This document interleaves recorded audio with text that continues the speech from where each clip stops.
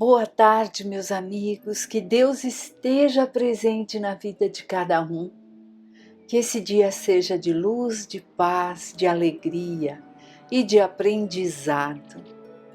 Pai nosso que estás no céu, santificado seja o vosso nome.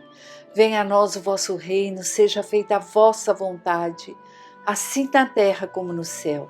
E o pão nosso de cada dia dai-nos hoje e sempre. Perdoai nossas ofensas, assim como perdoaremos aquele que nos ofende. Não nos deixe cair em tentações e livra-nos, ó Pai, de todo o mal, que assim seja com a graça de Deus. Dando continuidade ao capítulo 21 do Evangelho segundo o Espiritismo, decodificado por Allan Kardec, haverá falsos cristos e falsos profetas. Hoje, iniciaremos as instruções dos Espíritos sobre os itens todos que lemos anteriormente, né? Então, o item pelo qual iniciaremos é o item 8, os falsos profetas. Louis Bourdieu, 1861. A leitura. Se alguém vos disser, Cristo está aqui, não o procureis, mas ao contrário ficai atentos, pois os falsos profetas serão numerosos. Não vede as folhas da figueira que começam a esbranquecer, seus numerosos brotos esperando pela época da floração? E Cristo não vos disse, reconhece-se uma árvore pelo seu fruto? Se os frutos são amargos, sabeis que a árvore é má, mas se são doces e saudáveis, direis, nada de tão puro pode sair de uma fonte má. É assim, meus irmãos, que deveis julgar, são as obras que deveis examinar. Se aqueles que se dizem revestidos do poder divino revelam, de fato, os sinais de uma missão de elevada natureza, ou seja, se possuem no mais alto grau as virtudes cristãs e eternas, a caridade, o amor, a indulgência, a bondade que reconcilia todos os corações e, se em confirmação as palavras juntam os atos, então podeis dizer, estes são realmente os enviados de Deus. Desconfiai das palavras hipócritas. Desconfiai dos escribas e fariseus que pregam nas praças públicas vestidos de longas roupas. Desconfiai daqueles que dizem ter a posse única e exclusiva da verdade. Não, o Cristo não está entre esses. Aqueles que ele envia para propagar sua santa doutrina e regenerar seu povo serão a exemplo do Mestre, dóceis e humildes de coração acima de tudo, aqueles que devem, por seus exemplos e conselhos, salvar a humanidade, que corre para a perdição e se desvia por caminhos tortuosos, serão, acima de tudo, modestos e humildes. Todo aquele que revele o menor sinal de orgulho, fugi dele como uma praga contagiosa que corrompe tudo que toca. Lembrai-vos de que cada criatura traz na fronte, mas sobretudo em seus atos, a marca de sua grandeza ou decadência. Ide, meus filhos bem-amados, marchai sem vacilações, sem segundas intenções, no caminho abençoado que vós empreendestes. Ide, avançai sempre sem temor, afastai corajosamente tudo aquilo que poderia impedir vossa marcha em busca do objetivo eterno. Viajores, ficareis apenas pouco tempo, mas nas trevas e nas dores da provação, se deixardes vossos corações caminharem para essa doce doutrina que vem vos revelar as leis eternas e satisfazer todos os anseios de vossa alma com relação ao desconhecido.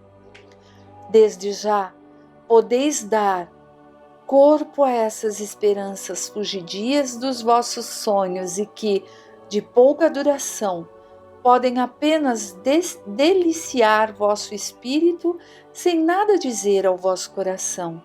Agora, meus bens amados, a morte desapareceu para dar lugar ao anjo radiante que conheceis, o anjo do reencontro e da reunião.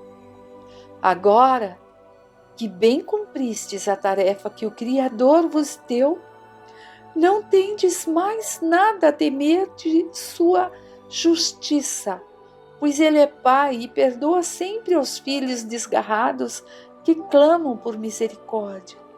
Continuai e avançai sem cessar, que vossa bandeira seja do progresso constante em todas as coisas, até que chegueis, enfim, ao final feliz da jornada, em que vos esperam todos aqueles que vos antecederam. Nossa, meus amigos, até me emocionei no final dessa leitura.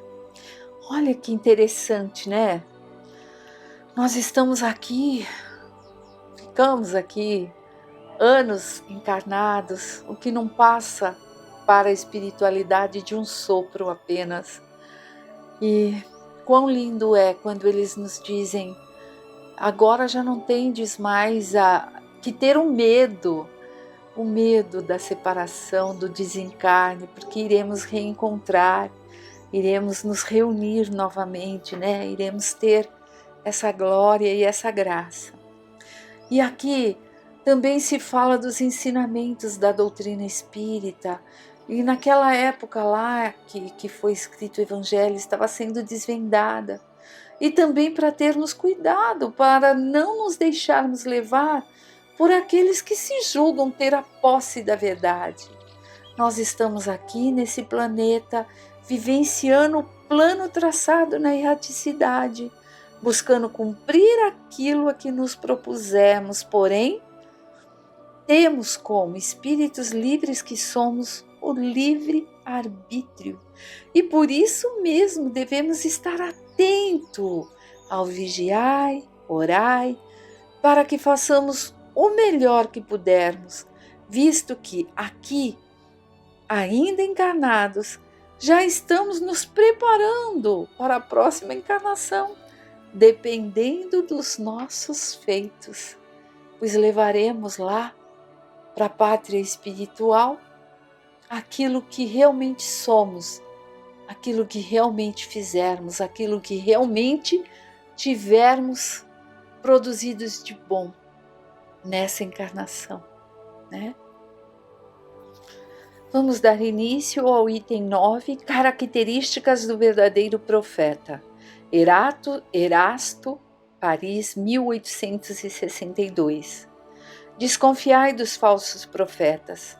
Esta recomendação é útil em todos os tempos, mas principalmente nos momentos de transição em que, como os de agora, se elabora uma transformação da humanidade, porque nessas horas uma multidão de ambiciosos e intrigantes se apresenta como reformadores e messias. É contra esses impostores que é preciso estar em guarda. É dever de todo homem honesto desmascará-los. Perguntareis sem dúvida: como podereis reconhecê-los? Eis aqui os sinais. Olha, gente, nesse primeiro parágrafo já coloca, né? Época de mudança, de transformação da humanidade, tudo que nós temos. E todos esses falsos profetas que hão de aparecer e que já estão aí, falando em nome de Cristo. Vamos continuar para ver mais um pouquinho. Só se confia o comando de um exército a um general hábil e capaz de dirigi-lo. Acreditais que Deus seja menos prudente do que os homens? Ficai sabendo que Ele apenas confia as missões importantes àqueles que sabem serem capazes de cumpri-las, pois as grandes missões são fardos pesados que esmagariam um homem muito fraco para carregá-los. como em todas as coisas, o mestre deve saber mais do que o aluno, para que a humanidade avance tanto moral quanto intelectualmente. São precisos homens superiores em inteligência e em moralidade. Eis porque são sempre espíritos já bastante evoluídos que, tendo cumprido suas provas em outras existências, encarnam com esse objetivo, visto que, se não forem superiores ao meio em que devem agir, sua ação resultará nula. Assim sendo, concluireis que o verdadeiro missionário de Deus, pela sua superioridade, suas virtudes, sua grandeza, pelo resultado e influência moralizadora de suas obras, tem de justificar a missão de que se diz portador. Tirai ainda esta conclusão: se, pelo seu caráter, virtude, inteligência, ele demonstrar não estar à altura da função a que se atribui, nem do nome do cujo personagem se utiliza, não passa de um farsante, mau ator de condições inferiores, que nem mesmo sabe copiar o seu modelo. Uma outra consideração que deve ser feita é a de que os verdadeiros missionários de Deus ignoram-se a si mesmos. Cumprem aquilo a que foram chamados pelo seu caráter determinado e inteligente e, secundados por uma força interior que o inspira e dirige, sem que se apercebam disso, mas sem intenção premeditada. Em outras palavras, os verdadeiros profetas se revelam por seus atos, os outros os presentem, enquanto os falsos profetas se apresentam a si mesmos como enviados de Deus. Os verdadeiros são humildes, modestos, e os outros orgulhosos, cheios de si mesmos, falam com arrogância e, como todos os hipócritas, sempre parecem receosos de não serem aceitos. Estes impositores já se apresentaram como apóstolos de Cristo, outros como o próprio Cristo, e, para a vergonha da humanidade, encontram pessoas crédulas o bastante para admitir tais infâmias. Uma consideração bem simples, no entanto, que deveria abrir os olhos do mais cego, é que, se o Cristo reencarnasse na Terra, aqui viria com todo o poder e suas virtudes, a menos que se admita o que seria um absurdo que ele houvesse degenerado. Portanto, da mesma maneira que se tirar de Deus um único de seus atributos, não tereis mais Deus. Se tirardes uma única virtude de Cristo, não tereis mais o Cristo. Aqueles que se apresentam como Cristo têm, como Ele, todas suas virtudes? Eis a questão. Observai-os bem, sondai-os pelos pensamentos e atos que praticam, e percebereis que não têm, acima de tudo, as qualidades distintivas do Cristo: a humildade, a caridade. Mas, ao contrário, que têm o que ele não tinha: a ambição e o orgulho. Observai que há sempre, em diferentes países, muitos pretensos Cristos, como há muitos pretensos Elias, São João, São Pedro, e que necessariamente não podem ser verdadeiros. Ficai certos de que são pessoas que exploram a credulidade e acham cômodo viver às custas daqueles que os ouvem. Desconfiai, portanto, dos falsos profetas, especialmente num tempo de renovação, visto que muitos impostores se dirão enviados de Deus. São os que procuram a satisfação de suas vaidades na terra, mas uma terrível justiça o espera. os espera. Disso podeis estar certo. Bem, meus amigos, vamos ver um pouquinho a respeito desse item, né, que nós lemos. Olha, lá em 1862, lá, já nesse tempo, esse irmão Erastus já fala do período de transição. A internet hoje acaba por nos mostrar algumas pessoas agindo como falso profeta. Nós devemos ter cuidado para não sermos divulgadores de algo que nem checamos e levamos para frente, pois aí passaremos a ser falsos profetas, como se não fôssemos responsáveis pelo que fazemos. Mas somos sim. Nós devemos verificar sempre a mensagem, se é para o bem, se trará o bem aos outros, se fará com que aquele que leia se melhore.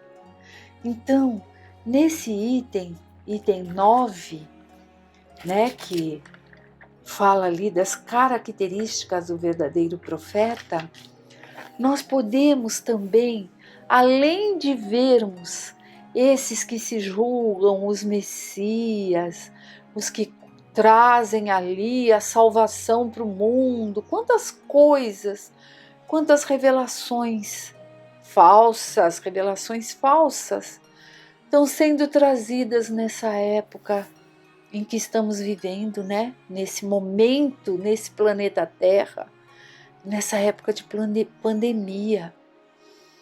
Quantos boatos falsos, quantos remédios falsos aparecem via internet e que muitas vezes nós acreditamos cegamente como um filho de Deus que somos e que não checa a informação. Ainda devemos saber que está tudo em estudo, então será, meu Deus, que alguém lá teve essa visão? A gente não pode simplesmente transmitir aquilo que vê, para que não passemos no dia a dia, no cotidiano. Não estou falando nem das mensagens mediúnicas, mas nas mensagens ali, nas mensagens online, continuar passando. Alguém disse isso, vou repassar. Quantas vezes isso não pode trazer o mal ao outro? Quantas vezes alguém pode deixar de buscar o médico que ali foi colocado por Deus para ter essa capacidade de estudo e de auxiliar no que for possível na nossa época? Então nós temos que tomar cuidado no que fazemos, no que falamos. Às vezes, ao contar alguma coisa que aconteceu sobre alguém ao outro, é aquela velha história, quem conta um conto aumenta um ponto. Estamos também denegrindo. Isso tudo é tomar cuidado com o que se diz, com a seriedade que devemos ter como pessoas espíritas, como estudantes, praticantes do espiritismo, buscando ali essa nossa melhora. Tomar cuidado com tudo, com o que vemos, com o que lemos, checar, com o que ouvimos.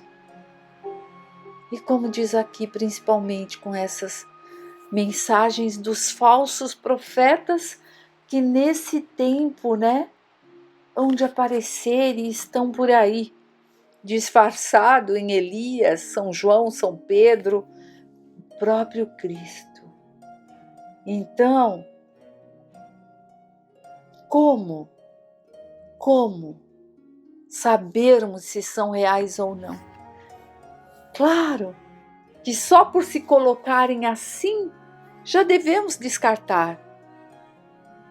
Pois se tem ali aquele orgulho e aquela vaidade de se colocarem com nomes tão distintos, que passaram pela terra deixando marcas tão boas e ensinamentos maravilhosos.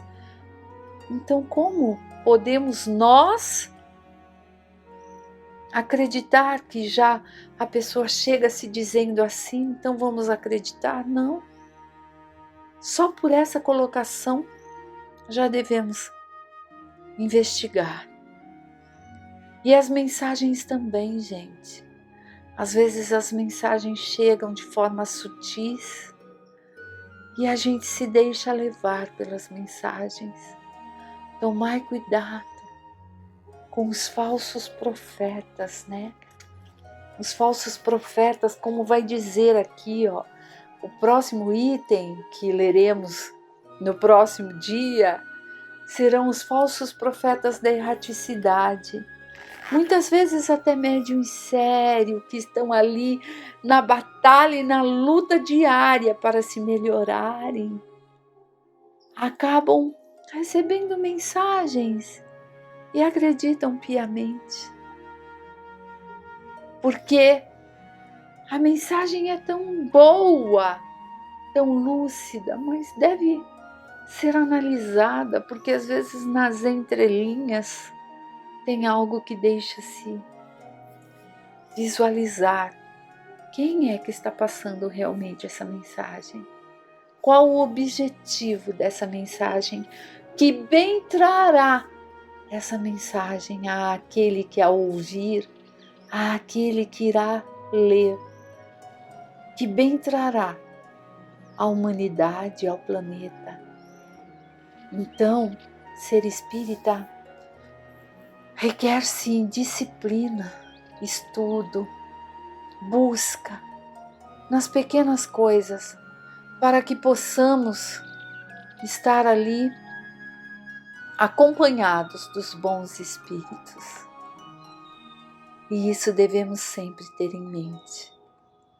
Então, peço a Deus Pai que no dia de hoje abençoe a todos nós, seus filhos encarnados nesse planeta, dando ali um alívio das dores terrenas e principalmente nos dando o auxílio da esperança, que nunca devemos perder a esperança, a fé em Cristo, a fé na justiça de Deus. Se estamos aqui encarnados nesse tempo e passando pelos acontecimentos atuais, é porque aqui tínhamos que estar. É porque aqui temos muito a aprender, a burilar, a colocar em prática. Boa tarde, meus amigos queridos, saudades imensa, e que Deus abençoe a todos nós. Que assim seja e até o próximo encontro.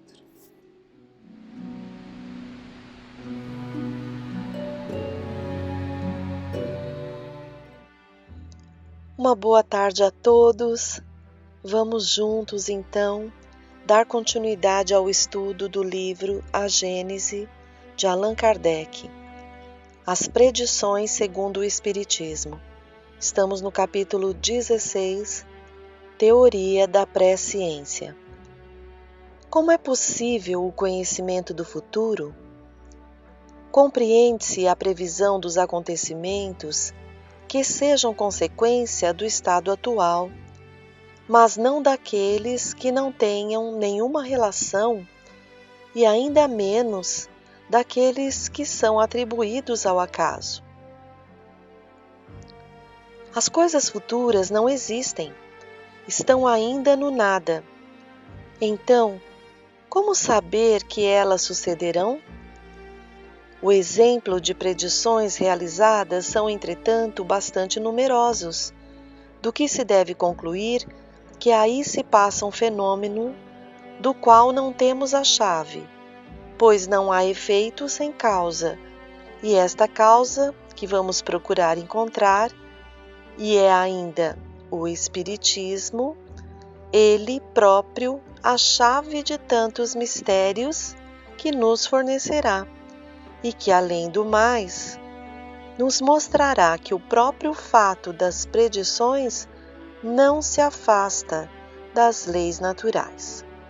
Tomemos como comparação um exemplo das coisas usuais e que ajudará a fazer compreender o princípio que desenvolveremos.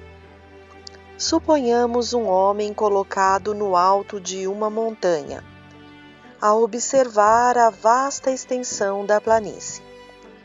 Nesta situação, o espaço de uma légua será pouca coisa para ele e poderá facilmente abarcar num só golpe de vista todos os acidentes do terreno, desde o começo até o fim da estrada. O viajante que segue esta estrada pela primeira vez sabe que, caminhando, chegará ao fim dela. Eis aí uma previsão simples da consequência de sua marcha. Porém, os acidentes do terreno, as subidas e as descidas, os rios a vencer, os bosques a atravessar, os precipícios nos quais poderá cair, os salteadores escondidos para lhe saquear as bagagens, as casas hospitalares nas quais poderá repousar, tudo isso é independente da sua pessoa. É para ele o desconhecido, o futuro, pois sua vista não se estende além do pequeno círculo que o rodeia. Quanto à duração, ele a mede pelo tempo que consome a percorrer o caminho. Retirai-lhe os pontos de referência e a duração se apaga.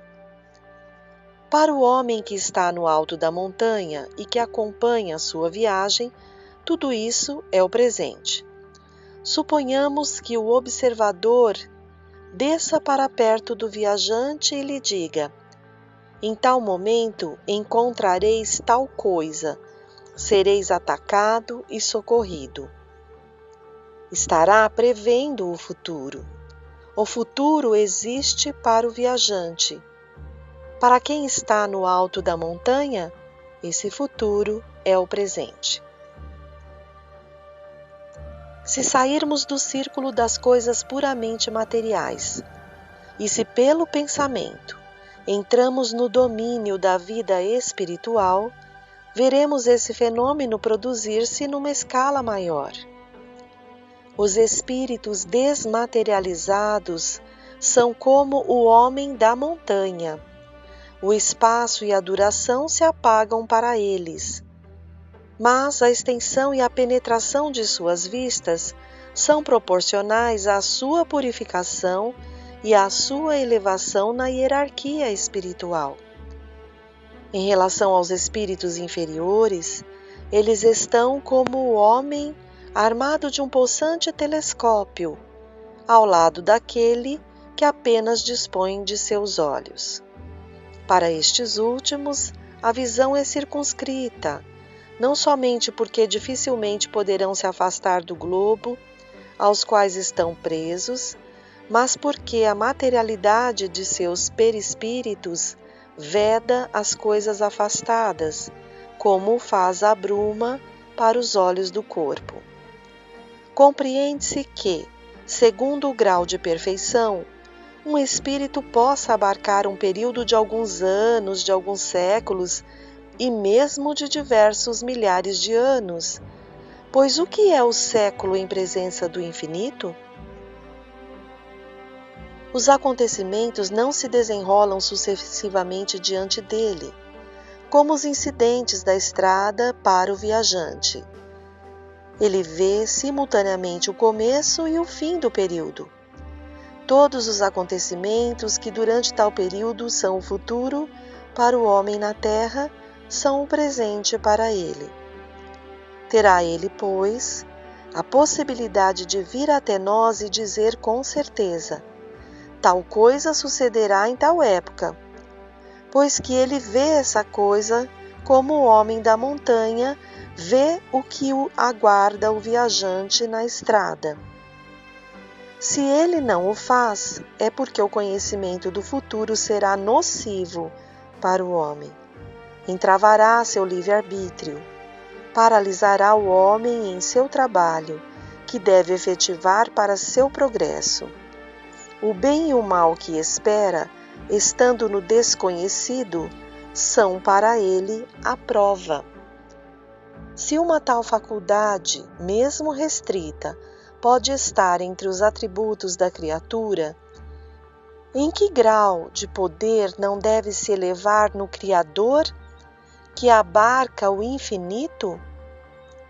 Para ele o tempo não existe, o começo e o fim dos mundos são o presente. Nesse imenso panorama, o que é a duração da vida de um homem, de uma geração, de um povo? Entretanto, como o homem deve concorrer para o progresso geral, e que certos sucessos devam resultar de sua cooperação, poderá ser útil, em casos especiais, que ele seja informado a respeito de tais sucessos, a fim de que prepare os caminhos e se conserve pronto a agir quando vier o momento. É por isso que Deus permite, por muitas vezes, que uma ponta do céu seja levantada. É por isso que Deus permite, por vezes, que uma ponta do véu seja levantada, porém será sempre com uma finalidade útil e jamais para satisfazer uma vã curiosidade.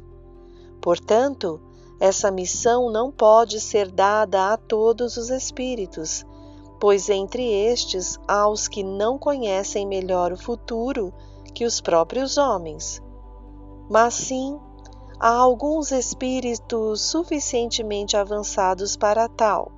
Ora, é de notar-se que essas espécies de revelações são sempre feitas espontaneamente e jamais, ou pelo menos raramente, em resposta a uma pergunta direta.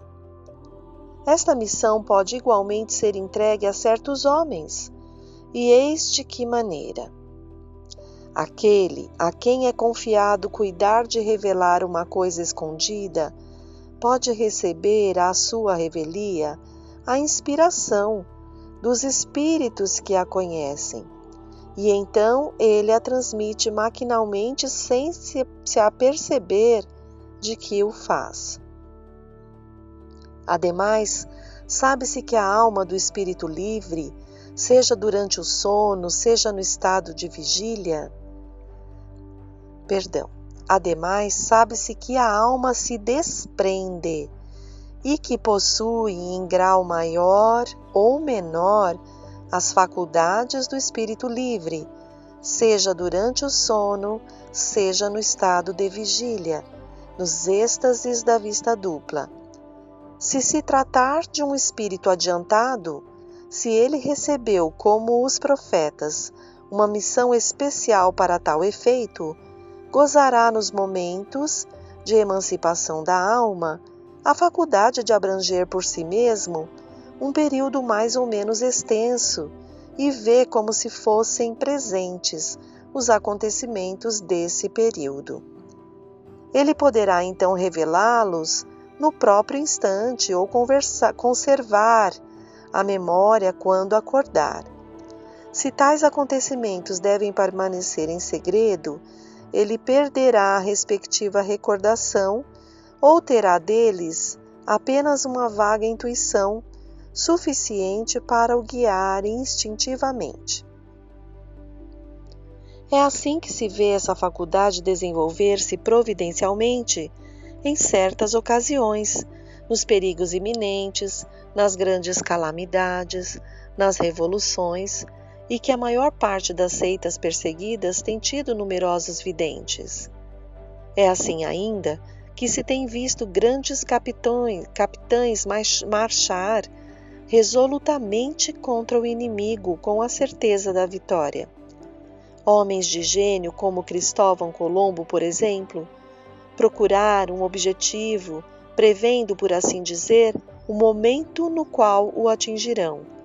É que eles viram o alvo, que não é o desconhecido para seu espírito. O dom da predição não é, pois, sobrenatural, tanto quanto uma porção de outros fenômenos. Repousa sobre as propriedades da alma e sobre a lei das relações do mundo invisível e do mundo visível, a qual o Espiritismo vem tornar conhecida. Essa teoria da presciência não resolve, talvez de maneira absoluta, todos os casos que a revelação do futuro pode apresentar, mas não se pode deixar de convir que ela possui seu princípio fundamental. Frequentemente, as pessoas dotadas da faculdade de prever, no estado estático ou sonambúlico, veem os acontecimentos se desenharem como num quadro. Isso poderia também se explicar pela fotografia do pensamento. Um acontecimento que está no pensamento dos espíritos que trabalham para sua concretização, ou no pensamento dos homens cujos atos o devem provocar. Tal pensamento, atravessando o espaço como os sons atravessam o ar, podem tornar a imagem visível pelo vidente. Porém, como a realização pode ser apressada ou retardada por um concurso de circunstâncias, ele vê a coisa sem poder precisar o momento da sua realização. Talvez mesmo esse pensamento possa ser apenas um projeto, um desejo, que pode não ter seguimento. Daí, os frequentes erros de fato e de datas nas previsões. Para compreender as coisas espirituais, isto é, para se fazer delas uma ideia tão nítida quanto aquela que comparávamos com a de uma paisagem que estivesse sob nossos olhos, falta-nos verdadeiramente um sentido, exatamente como ao cego falta o sentido necessário para compreender os efeitos da luz, das cores e da vista sem o contato. Também não é senão mediante um esforço da imaginação que nós chegamos a tal resultado, auxiliados por comparações extraídas das coisas que nos são familiares. Porém, as coisas materiais não podem dar senão uma ideia muito imperfeita das coisas espirituais. É por isso que não deveríamos tomar tais comparações ao pé da letra e crer, por exemplo, que a extensão das faculdades perceptivas dos espíritos se relaciona com sua efetiva elevação e que eles têm necessidade de estar sobre uma montanha ou acima das nuvens para abarcar o tempo ou o espaço. Tal faculdade é inerente ao estado de espiritualização, ou, se o preferirmos, de desmaterialização, isto é, a espiritualização produz um efeito que se pode comparar, embora muito imperfeito, àquele da vista de conjunto do homem no alto da montanha. Esta comparação tinha simplesmente a finalidade de mostrar que os acontecimentos que estão no futuro para uns, estão no presente para outros, e podem assim ser preditos, o que não implica na produção do efeito pela mesma maneira. Para gozar dessa percepção, o espírito não tem, pois, necessidade de se transportar a algum ponto do espaço. Aquele que está na Terra, a nosso lado, pode possuí-la em sua plenitude, tão bem como se estivesse a 1000 léguas, enquanto que nada vemos além do horizonte visual. A vista nos espíritos não se produz da mesma maneira que no homem, nem com os mesmos elementos. Seu horizonte visual é inteiramente outro. Ora, é precisamente este o sentido que nos falta para o conceber. O espírito, ao lado do encarnado, é como aquele que vê ao lado de um cego. Além disso, será preciso saber que essa percepção de todas as coisas, repetimos, é uma faculdade inerente e proporcionada ao estado de desmaterialização. Esta faculdade é amortecida pela encarnação, mas não é completamente anulada, pois a alma não é encerrada no corpo como numa caixa. O encarnado a possui, embora sempre num grau menor que quando a alma se encontra completamente libertada.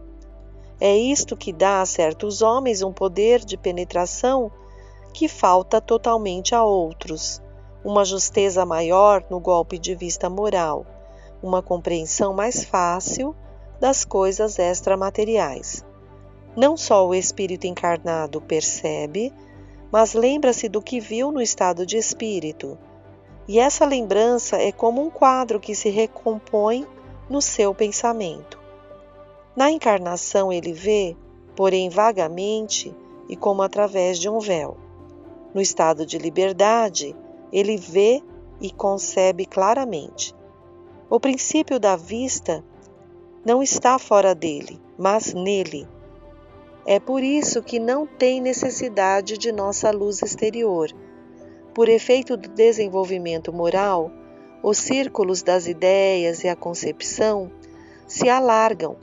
Pela desmaterialização gradual do perispírito, este se purifica dos elementos grosseiros que alterariam a delicadeza das percepções, do que se conclui que a extensão de todas as faculdades acompanha o progresso do espírito. É o grau de extensão das faculdades do espírito que, na encarnação, o torna mais ou menos apto a conhecer as coisas espirituais. Todavia, essa aptidão não é a consequência necessária do desenvolvimento da inteligência. A ciência vulgar não a confere. É por isso que se encontram homens de grande saber, tão cego para as coisas espirituais como outros o são para as coisas materiais. São refratários porque não as compreendem. Isso significa que seu progresso ainda não se realizou em tal sentido, enquanto que se encontram pessoas de instruções e inteligências vulgares dominando tais assuntos com maior facilidade, prova de que antecipadamente tinham a intuição delas. É para estes uma recordação retrospectiva daquilo que já viram e já souberam, seja na erraticidade, seja em suas experiências anteriores, assim como outros têm a intuição das línguas e das ciências, como antes já conheceram e possuíram. Bom, o nosso tempo vai chegando ao fim, mas vejam que esse capítulo 16 da teoria da presciência vem nos alertar e esclarecer que a questão da previsão do futuro não está fora das leis naturais. Lembram-se, no comecinho ele faz até a comparação de um homem que está no topo de uma montanha e pode abarcar uma extensão muito grande, conhecendo ali os acidentes do terreno, se tem rios, o que tem pelo caminho. Enquanto que aquele outro que está já pelo caminho e é visto por esse que está no alto da montanha, não sabe o que vai ainda se passar. Aquele que está no alto da montanha sabe que o viajante há de encontrar um rio para atravessar logo mais à frente, o qual ele nem está vendo. É nesse sentido, que ele quer nos dizer que não está fora das leis naturais. Então, aquele que tem essa condição da previsão é porque abarca de uma forma maior, de uma forma mais extensa, esta visão. Isto pode se dar nos espíritos desencarnados, como eles estavam dizendo aqui, mas quanto mais desmaterializado, ou seja, quanto mais superior é esse espírito, mais condição ele tem de abarcar verdadeiramente a extensão de que devemos percorrer e pode conhecer esse caminho, não é? Ao espírito desencarnado, mas que está muito preso à matéria, esta visão, né, se turva para ele também. Verificamos que Kardec nos diz que isso se realiza quando estamos encarnados. Então, quando o espírito encarna, é claro que a sua visão no corpo, nesse aspecto da espiritualidade, fica muito mais reduzida por conta da brutalidade da matéria mesmo.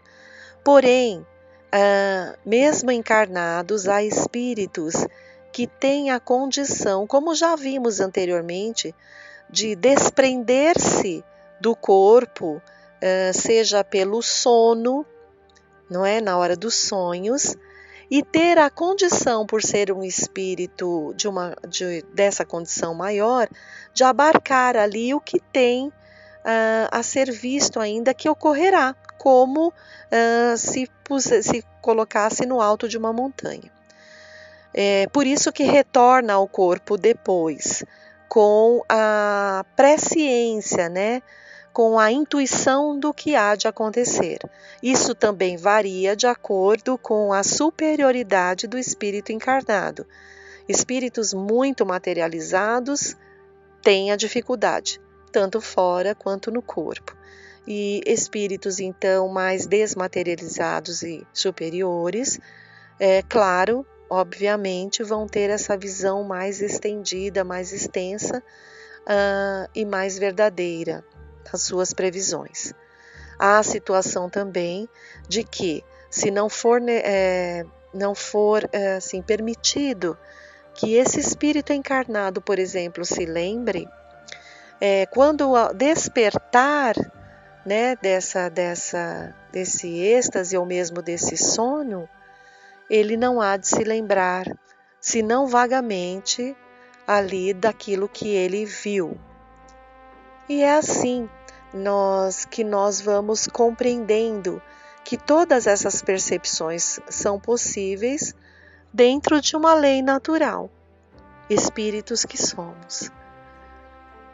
Vamos encerrando por aqui, então, agradecendo a Deus Pai e a Jesus por mais esta oportunidade de nos esclarecer e que muitas vezes, por desconhecimento, achamos que isso pode ser uma coisa, um milagre, uma coisa do outro mundo e, no entanto, tudo faz parte dessa lei natural, desse controle que Deus tem da sua criação, que é maravilhosa e pode atingir condições muito superiores. É por isso que Deus nos criou, para irmos passo a passo, progredindo, evoluindo. E essas percepções, esses sentidos que ainda não temos claramente, haveremos de também desenvolvê-los.